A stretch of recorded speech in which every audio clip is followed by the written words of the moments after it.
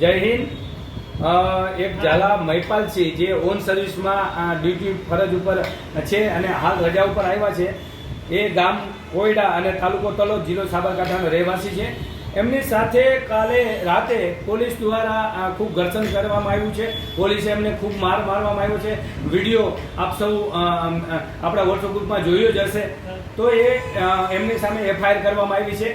તો આમાં પોલીસ સામે કેમ એફઆઈઆર કરવામાં ન આવી અને જે તે પોલીસ અધિકારી પીએસઆઈ કે કર્મચારી જે પણ હશે એ 4-5 મળી અને આને જે ઓન સર્વિસમાં જવાન છે એમને ખૂબ ગંભીર રીતે મારે છે, ખૂબ ગંભીર રીતે, અને પોલીસ સ્ટેશનમાં અંદર જઈ અને બારે બંધ કરી અને અંદર ખૂબ ગંભીર રીતે મારે છે।